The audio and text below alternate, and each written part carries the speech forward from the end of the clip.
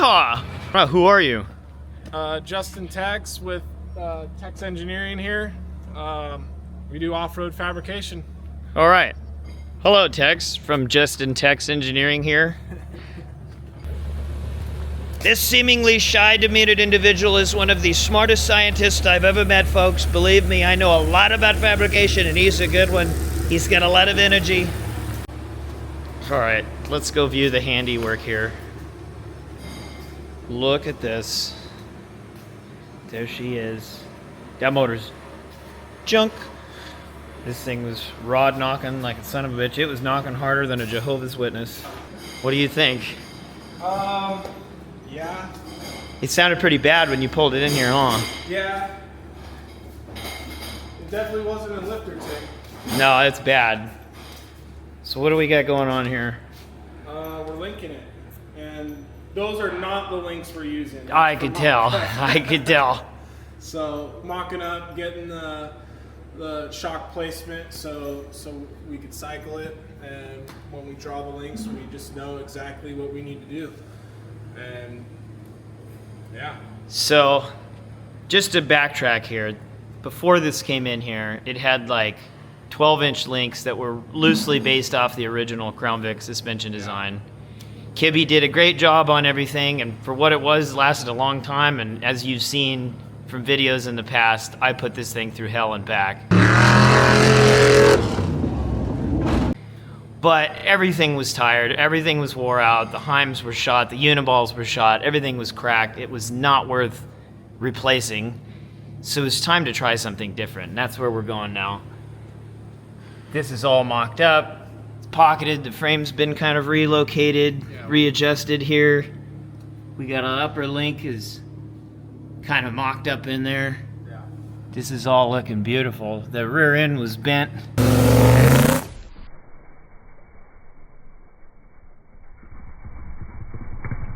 Now it's straightened, Yeah. We had somewhat usable. Paul at Oceanside Driveline straightened the rear end out. He did a great job.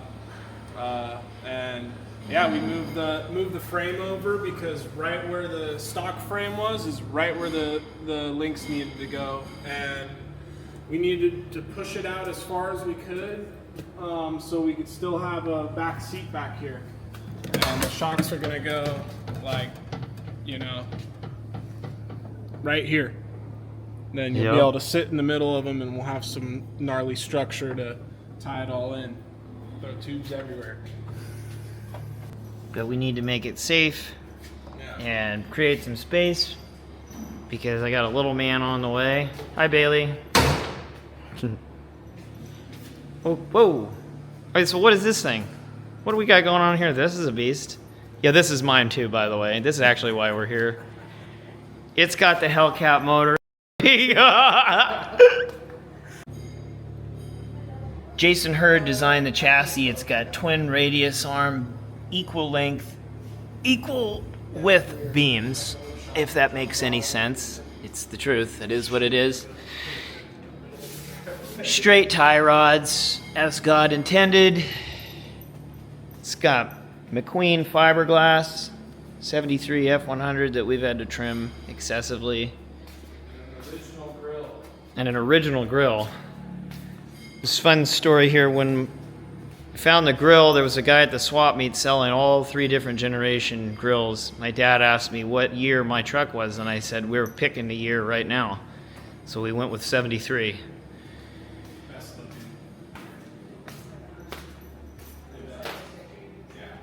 We had to cheat the fenders, or the bedsides I should say, a little bit because it's going to have 2 40-inch spare tires here. And to fit it all, they had to kind of split them out a little bit.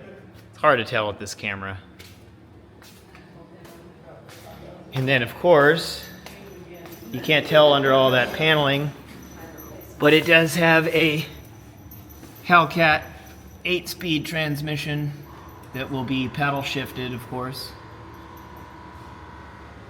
So all the gears, it's tucked up in there, but there it is, Hellcat trans. We got Trump overlooking all the work. There he is, folks, the greatest president in the history of presidents.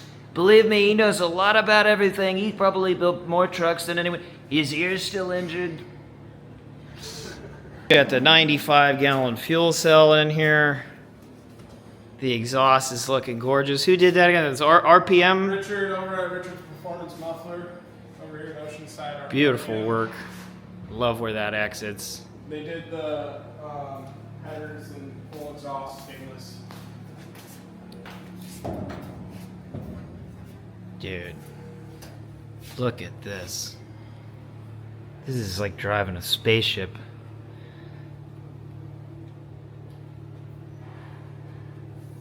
There's a lot going on in here. It's actually pretty close. It's looking like it. Justin, you've done an amazing job here. This thing's all sealed up. If it was still at our house, it'd just be have boxes all thrown on. Probably. I got too many irons in the fire for sure. I needed to outsource and find help. I'd never get it done on my own. 40-inch tires. It's got a Moore's Metalworks 1 3/4 kingpin beam kit. We're talking about light bars and lighting, and obviously the factory headlights aren't going to produce enough. And not really huge on the bumper light bars. That's not really my thing. So I think that we're going to keep it super 70s, 80s, and put the light bars back here. I always go back to the scene from No Country for Old Men, where the trucks are in the middle of the desert and they've had the shootout and they're all lifted single cab trucks. Those are the coolest. That is my go-to look. So something like back here, that's where they're gonna go. Anyway, what else has this thing got up her sleeves? What kind of brakes were these again? Willwood Aero 6s. Well, the calipers aren't on it. Calipers aren't on, but they're the Aero 6s. Cambered hubs. big cambered hubs. Yeah, all the trophy truck stuff. 3 1/4 in the back, 2 1/2 in the front. Big cambered housing. Jumbo Oh boosters. my goodness, look at all this beauty down here. This is, quite frankly, folks, the most beautiful truck I've ever seen. Happy to call it my own. It's been a long time coming. I've needed a truck for a while. We've been beating the snot out of that old Crown Vic for too long. And now she is going to be Bailey's mom-mobile. So we can take young Dodgemer in there. But I hate the gimbal on this stupid camera. Yeah, lots of work to be done. This thing will get all sealed up like the truck.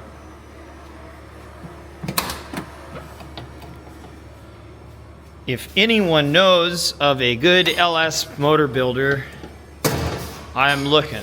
I need an engine builder that specializes in LSs, and everybody I've heard of, they only do a good job if you're some big name, so I'm tired of that. I need a real engine builder, and I need it done fast. I'm done with this 2-year engine building crap. So comment if you know somebody reliable. We're trying to figure out what engine is going to go back in this. The LS motor is God's gift to engines. It's been really good to me over the years, but I've broken a bunch of them. I've broken fully built 408s. I've broken crate engines.